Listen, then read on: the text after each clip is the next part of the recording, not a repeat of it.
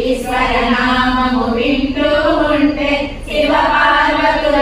ఆనంద నృత్యము పదే పదే నా మదిలో చూసే అంతులేని ఆ నృత్యము బ్రహ్మానందమయ